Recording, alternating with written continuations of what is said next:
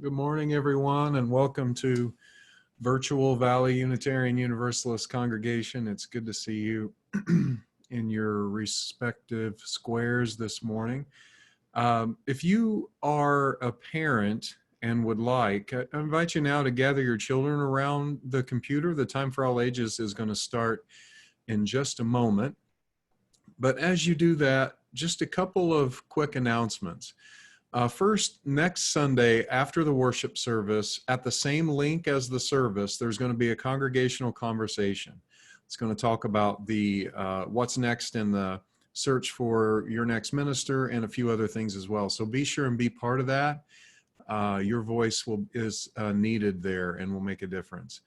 The second announcement is that, as always in these services, we're going to break into breakout rooms after to consider a question and just to check in. And the question today is, what practices help you slow down when slowing down is called for?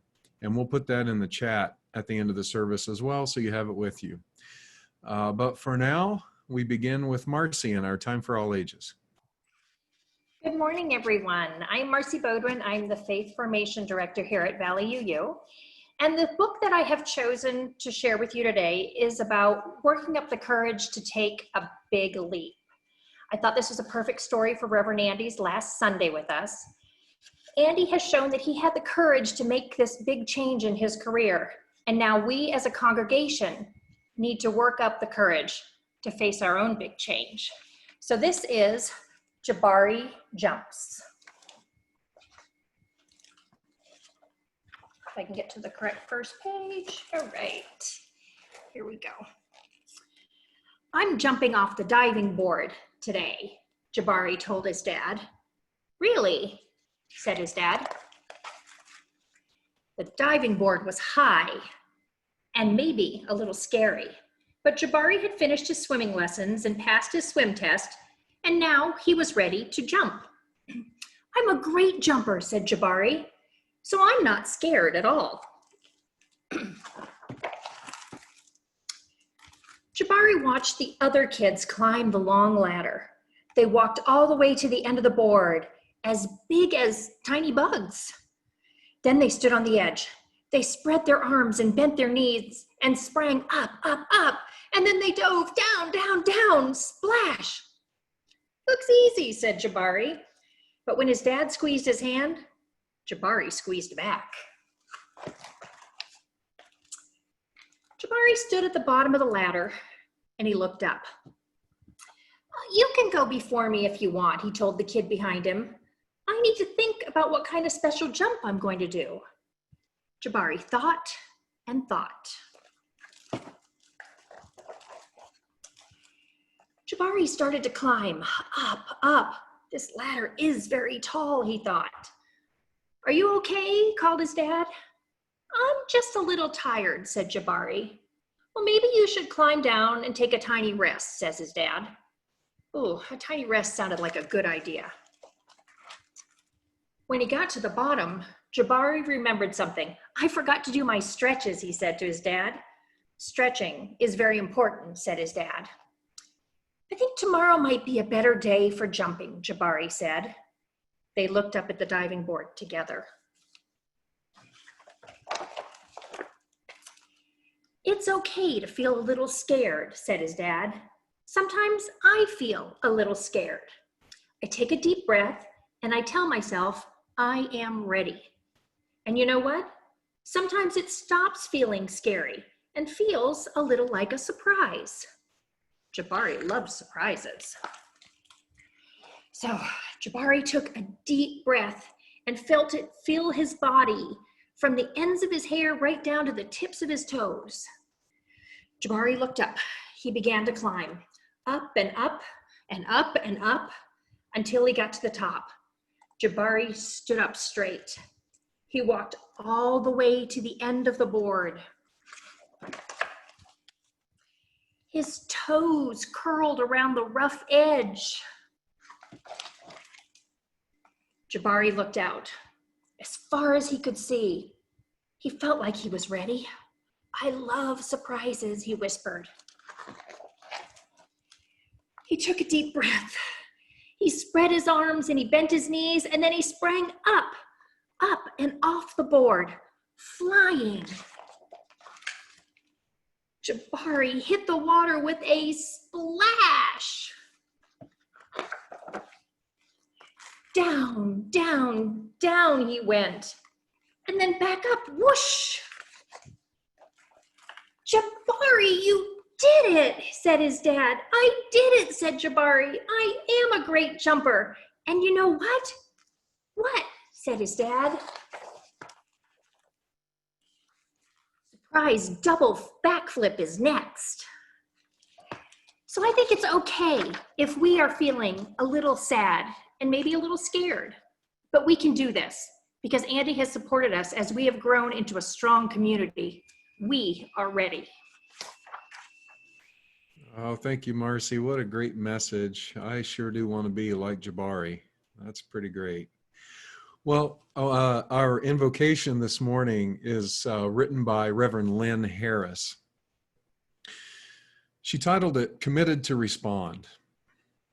Committed to respond to the call of a wounded world. We join together this day with loving hearts, hands, and minds, embracing the interconnected web of water, air, and earth. We light a fire of sustaining hope, ever bright with love and justice.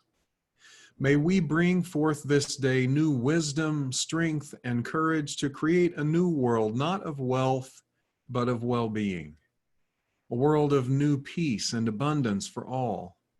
As we give thanks for this earth, our shared and singular home, may we dedicate ourselves to its ongoing care. Rising to the calls deep within us and all around us, may we respond today and always with courage and love. Come, let us worship together. Well, maybe you have a candle there in your home with you or a chalice that you plan to light. And as you grab that and light it, let's read together these words. We kindle this flame, symbol of our faith, for the light of truth, the warmth of community, and the fire of love, which calls us to work for justice. Good morning. My name is Dave Jude, and I am honored to be your worship associate for this morning's Zoom service. I'm so glad that you have joined us remotely today. We are an active, loving family, and everyone is welcome. Whoever you are, however you define yourself, whoever you choose to love, wherever you are in your spiritual journey, and wherever you are watching from this morning, whether you're local to the East Valley, tuning in somewhere else in Arizona, joining us from another state, or maybe you're an international visitor. Regardless, you are welcome here.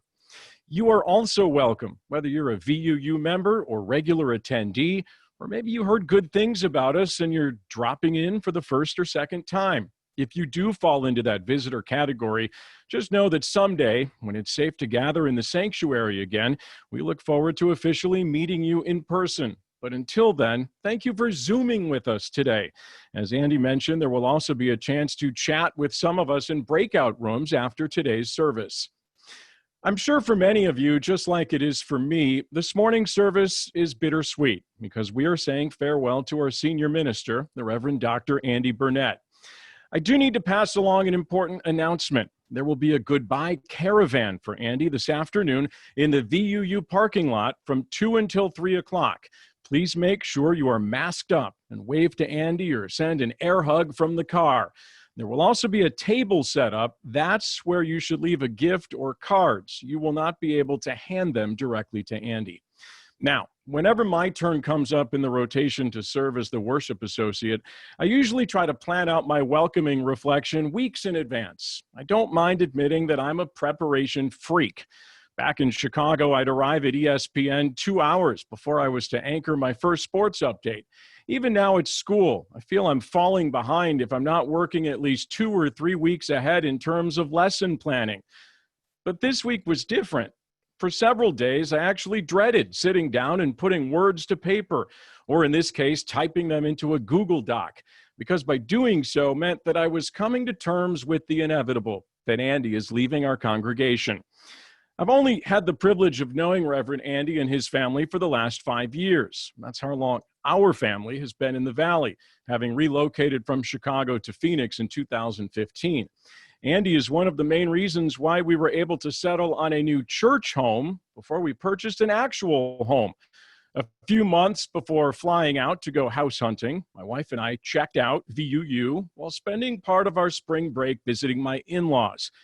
I can't remember what Andy's sermon was about that day, and I hope that doesn't make me sound uninterested, because it was quite the opposite. I felt an instant connection with him. I loved his ability to weave personal experiences into his message for the congregation. I also didn't feel like he was standing on a soapbox preaching down to me. It felt like he was having a conversation with me or sharing a story, but it was intellectually stimulating. He made me stop and think, contemplate, and reflect, which was exactly what I was searching for in a church home. Getting to know Andy, I discovered that we were both native Midwesterners. And while I was born and raised in the Chicago area, I have a great appreciation for his home state of Indiana. My dad grew up in Mishawaka, next to South Bend, Notre Dame country. I met my wife at Butler University in Indianapolis, and we called Indy our post-college home for over a year and a half before heading to Chicago. Like me, Andy is a big sports fan, although I have questioned his allegiance to the St. Louis Cardinals. And while I respect his love for the Indiana Hoosiers and his alma mater, Evansville, now that he'll be spending more time in Indianapolis, he'll need something more appropriate to wear when he visits the basketball cathedral, also known as Hinkle Fieldhouse, home to the Butler Bulldogs.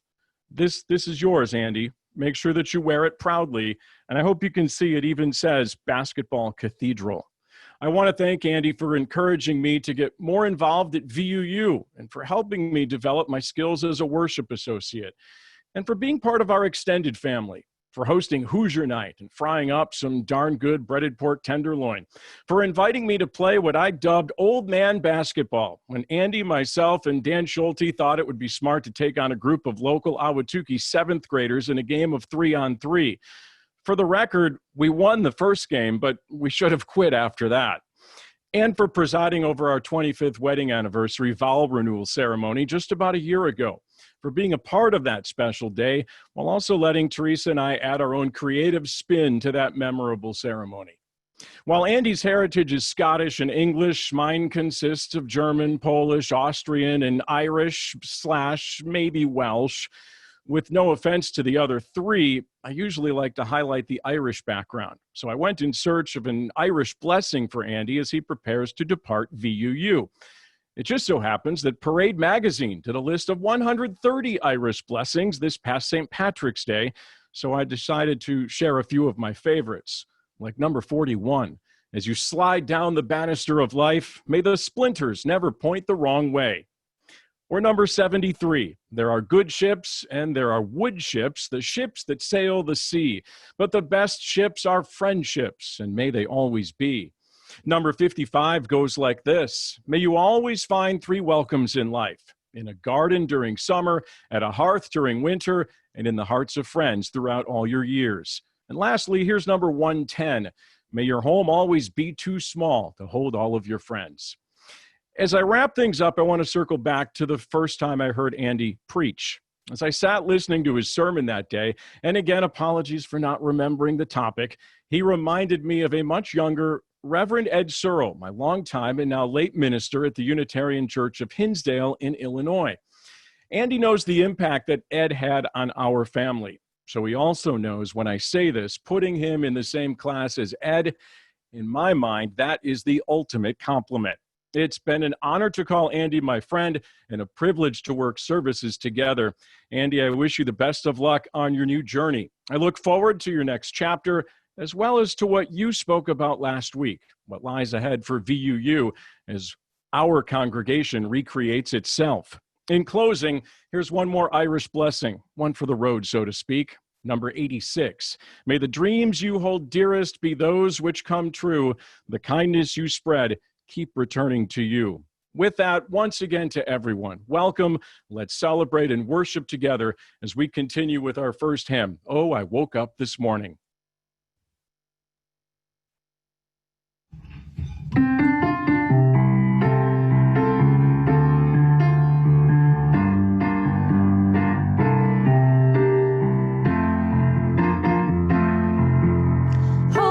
woke up this morning with my mind stayed on freedom. Woke up this morning with my mind stayed on freedom. Woke up this morning with my mind stayed on freedom. Hallelujah, hallelujah, hallelujah.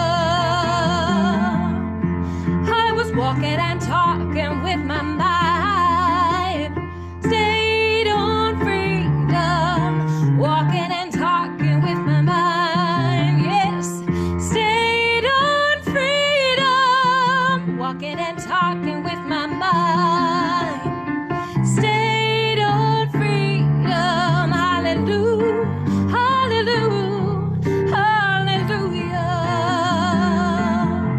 I was singing and praying with my mind, and it was stayed on freedom.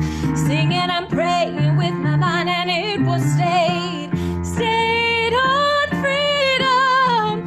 Singing and praying with my mind, and it was stayed on freedom. Hallelujah, hallelujah, hallelujah.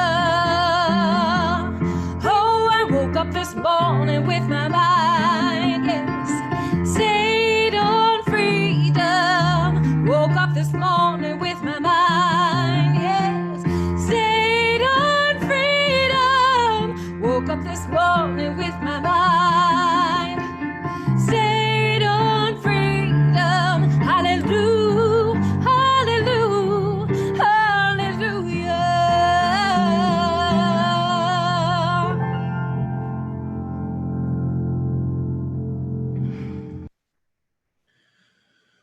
Well, I give thanks all the time for your generosity. And it takes, as I say often, so many forms. You all are so willing to give of your talents, of the skills that you've built over the years, and of your finances for the mission of love, service, and justice, the mission of this congregation.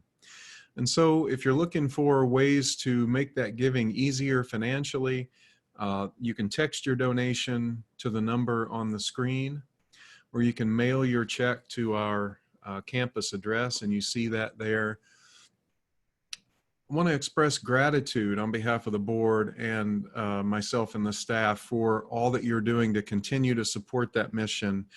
If you need help in that way, if finances have taken a turn for you during this pandemic, give us a call or shoot us an email, and let's see how we can be helpful. But thank you, as always, for your generosity. We're going to move into the centering time of our service, that time when we are more intentionally anchored to the values that we hold dear. We are introspective for just a few moments. So I would invite you to find a comfortable space in your chair, feet on the ground if that's possible, eyes closed if that's helpful to you. And we'll sing together Spirit of Life, and then I'll offer a guided meditation. But first, let's sing together.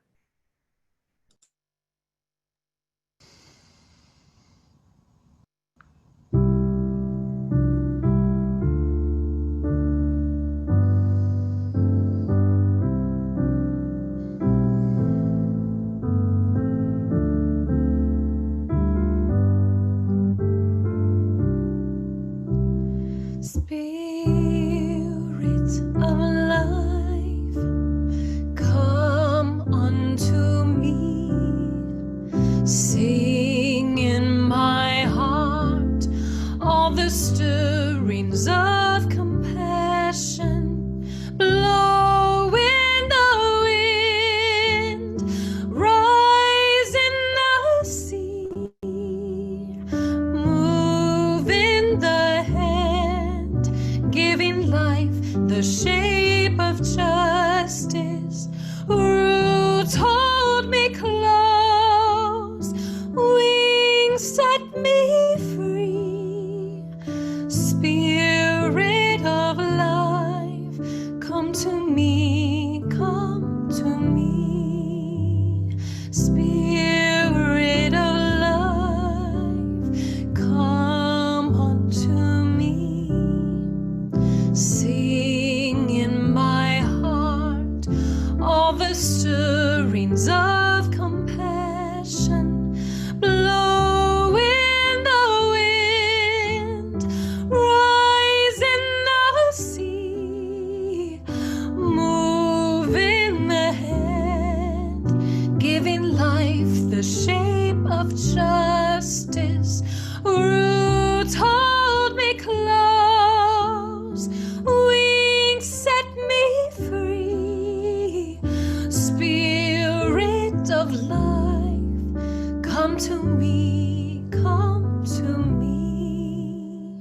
Spirit of life, come unto me. Sing in my heart all the stirrings of compassion. Blow in the wind, rise in the sea, move in the hand, giving life the shape of justice. Roots hold me close, wings set me free. Spirits of life, come to me, come to me.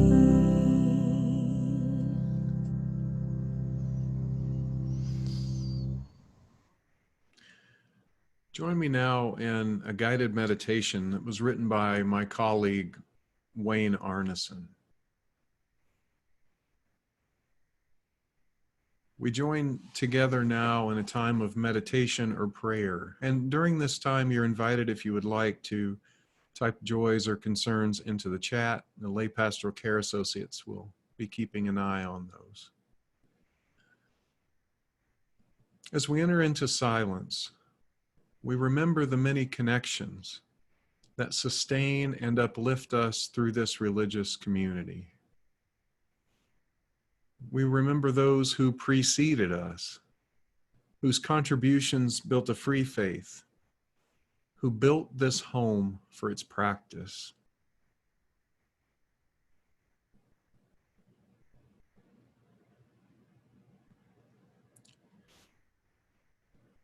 We remember those around us in this virtual space, whose continuing care in thought and deed is an ongoing blessing in our lives, keeping the dream of free religion alive in our time.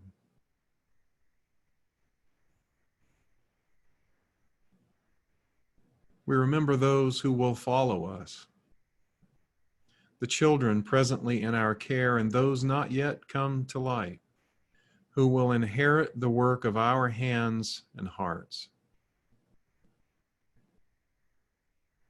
In the silence now, we sit surrounded by these many connections, visible and invisible, that remind us every day that we are not alone. Let us practice a moment of silence together.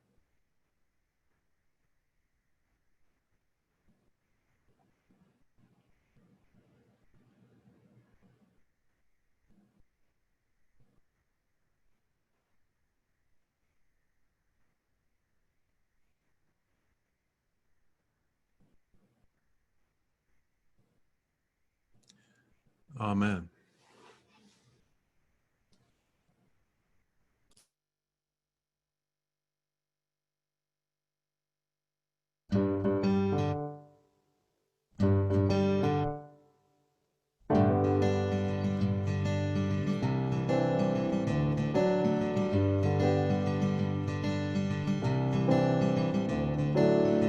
Another turning point, a fork stuck in the road.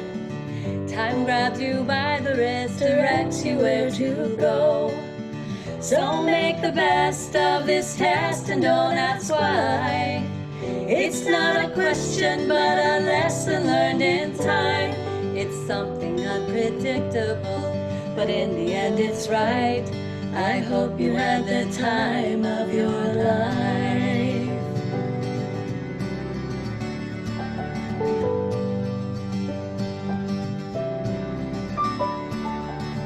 So take the photographs and still frames in your mind. Hang it on a shelf in good health and good times. Tattoos of memories and dead skin on trial. For what it's worth, it was worth all the while. It's something unpredictable, but in the end it's right. I hope you had the time of your life.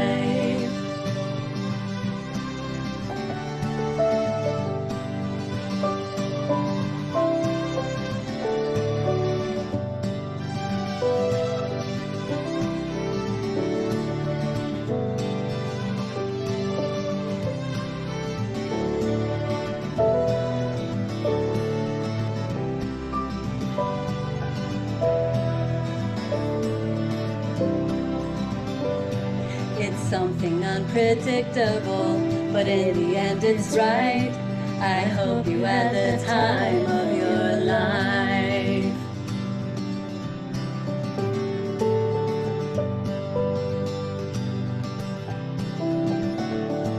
It's something unpredictable, but in the end it's right. I hope you had the time of your life.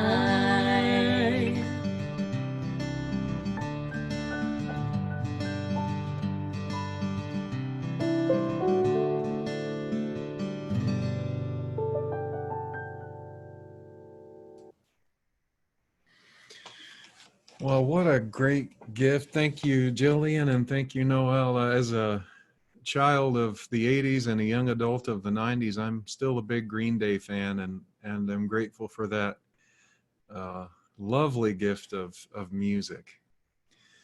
Well, I just want to have a little fun and tell you a story this morning and maybe pull a few lessons from it. We needed another car recently. We bought our 17-year-old daughter, Sasha, a cheap clunker for her first ride, and it had some sort of electrical problem that we kept chasing and chasing like a bad gambler on a run of hard luck. $100 here, $200 there. Finally, we decided to stop throwing good money after bad. We donated the thing and went looking for something better. Since I'm going to be driving 30 hours to get to Cleveland and then driving for Postmates for extra money once I get there, we decided to give my car to Sasha and buy me something used, but with lower miles. I'm not really a car guy. I've been driving what amounts to a purple cracker box for the last 8 years. But when I drove this baby, I knew I had to have it. It's small with low gas mileage, it's a manual transmission, and it's a Fiat, the make of the first car I remember riding in with my dad. Also, it comes with a handy carrying case that you can fold it up and put it in.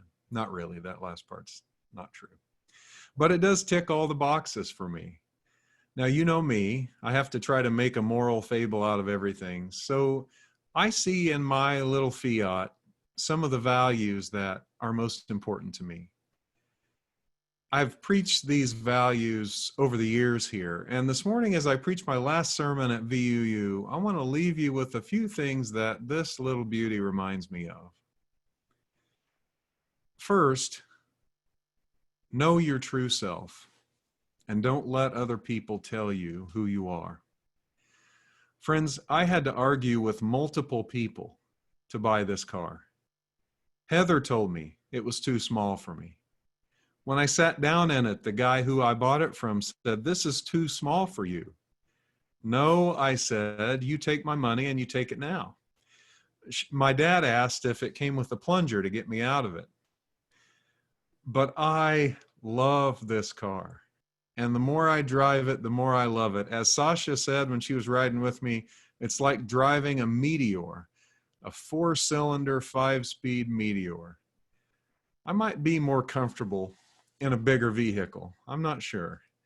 But I want to do my part to use less fossil fuel. That's part of it. And this is one way to do that. And as my 12-year-old Josie said when she looked inside, it's like the TARDIS on Doctor Who. It's bigger on the inside.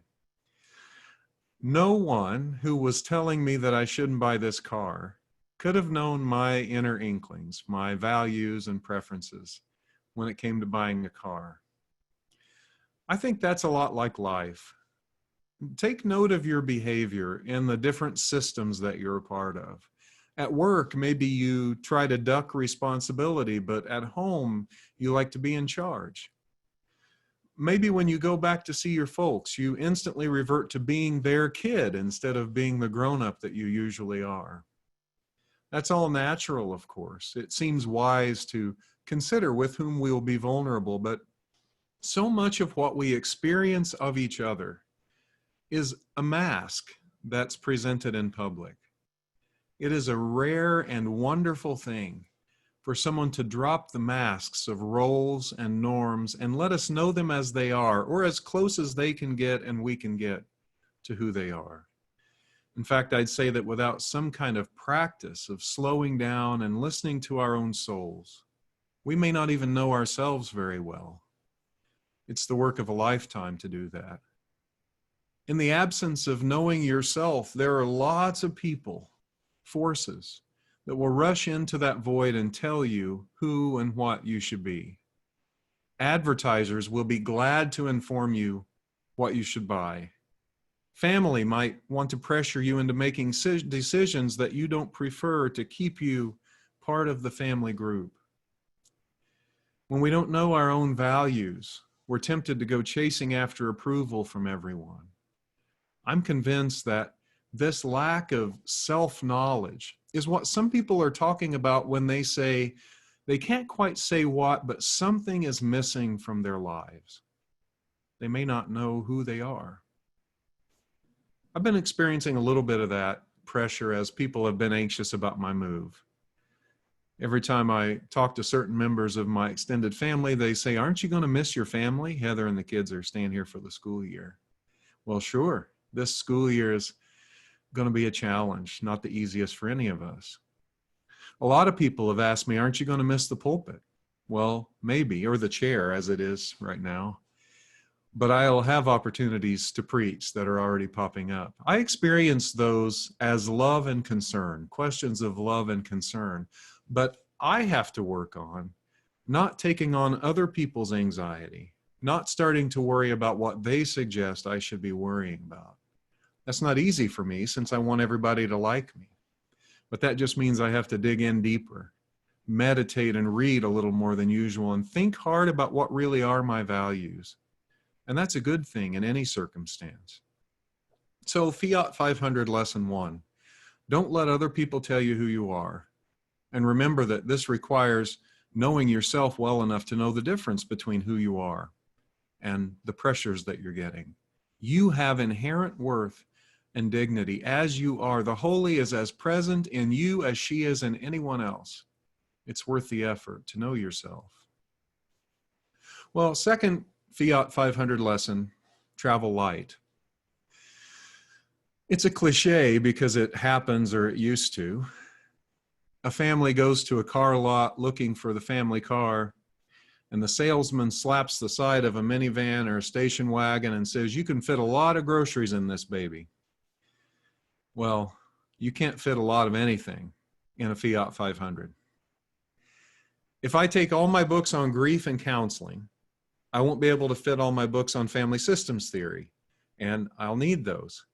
If I take my regular guitar and one slide guitar, I won't be able to fit my banjo, and I think my neighbors in my apartment really need to hear my banjo. For a vegan, a rice cooker is pretty helpful. Do I want to fill up my passenger floorboard with that one item? Or maybe I can jam things inside the rice cooker. I don't know. I'm even considering how many pairs of socks I really, really need for the next 9 months, because if I'm not careful, I'm going to roll up to my apartment in Shaker Heights looking like the Beverly Hillbillies, suitcases and furniture hanging off the sides of this thing. So I'm asking, what do I really need for the next 9 months? What do we really need? Not for the next 9 months, but in life in general. I think many of us are asking that question in a new way right now as our lives have been paired to mostly staying at home. This is the perfect time to inquire of ourselves, what sustains me? What takes away my life's energy? What do I want to spend that energy pursuing? And if I didn't fill my life to the brim, what important things might I have more time and energy, maybe even money for? Paying attention to those questions now, I think, will yield more meaningful lives in the post-COVID years to come. And I think there's another aspect of traveling light, too. Some of us are in the habit of spinning on situations for too long. Somebody says something we think might be a slight, or we wonder what that meant, And instead of going to them to discuss it, we create a world in our imaginations in which they have intentionally insulted us. We decide that they're hateful, or we decide that they don't like us, or we decide that we don't like them and behave accordingly. But the effects of carrying those things can harm us. There's an old Taoist story that I shared with you a few years ago that illustrates this. This version is from the website Medium and was written by someone who calls himself Farmer Sean. A senior monk and a junior monk were traveling together. At one point, they came to a river with a strong current. And as the monks were preparing to cross the river, they saw a woman also attempting to cross. She asked him if they could help her get across to the other side. Now, there was one of those moments with the two monks where they just kind of looked at each other because they had taken vows not to touch a woman. Then, without a word, the older monk picked up the woman, carried her across the river, placed her on the other side, and carried on his journey. The younger monk couldn't believe what had just happened. After rejoining his companion, he was speechless, and an hour passed without a word between them. 2 hours passed, and then 3, and finally the younger monk was so angry he couldn't contain himself anymore. And he blurted out, "As monks, we're not permitted to touch a woman. How then could you carry that woman on your shoulders?" And the older monk looked at him and replied, "Brother, I set her down on the other side of the river. Why are you still carrying her?" Physically and spiritually, we do well, I think, to travel light. My third and final Fiat 500 lesson: slow down and enjoy the ride. There's no reason ever to be in a hurry when you're driving a Fiat 500. You're not going anywhere very quickly anyway. It's geared ridiculously low, and building speed on the highway just kind of takes as long as it takes. I've considered smiling and waving at all the people passing me because it kind of feels like a parade in my honor as I'm trying to get up to speed on Highway 10. I've named my car Sonia Sotomayor for one of my heroes. And so I know that as I'm driving, eventually Sonia does get up to speed and we're off like a turtle out of hell. But while I'm building speed, this car has so much to offer. You should hear the banjo and the dobro ringing through the stereo system. The dash is so pretty to look at, like a tiny race car that tricks you into thinking you're into something fast. And the windshield is huge relative to the rest of the car, so the panoramic views are sometimes stunning. What are we in such a hurry for, anyway? This lesson is hard for me because I like to be in control, and I don't have much patience, and I'm not very good at sitting around. But when I'm honest with myself, I really do, almost always, have time to just slow down and relax and let the speed build. Time to be quiet and listen for the voice of the holy. When I'm rushing through life, willing things to move faster, getting busier and busier and busier as I go, I miss so much. In fact, I would argue that none of us has the time to be so busy, especially if we're pursuing goals that don't quite line up with our values. Because friends, as singer Carrie Newcomer wrote, life's a twinkling, that's for certain, but it's such a fine thing. Friends, I have truly enjoyed this ride with you.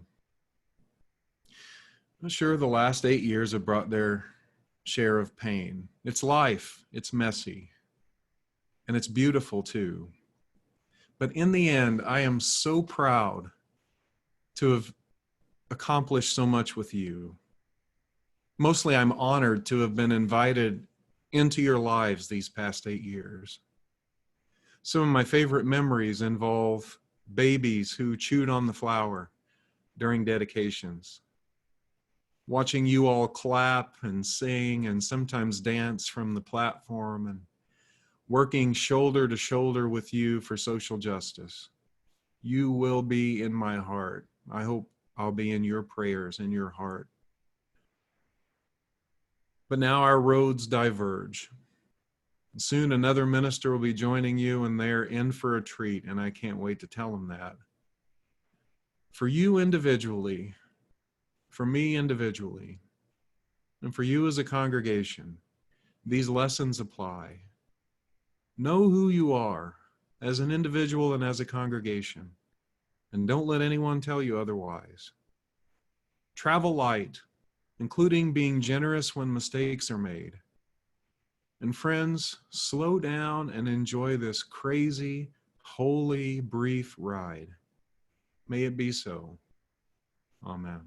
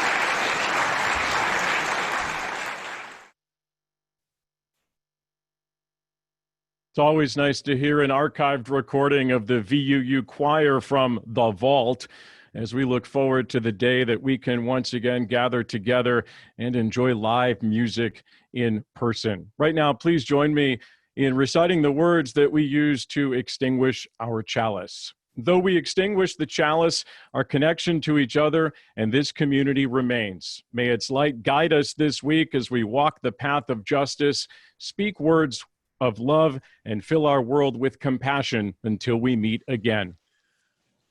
And now, friends, may life bless you and keep you. May the Spirit make its face to shine on you and be gracious unto you. May the universe pour out the fullness of its blessings on you and bring you peace. Go in peace, dear friends, to serve love and to serve one another. Amen.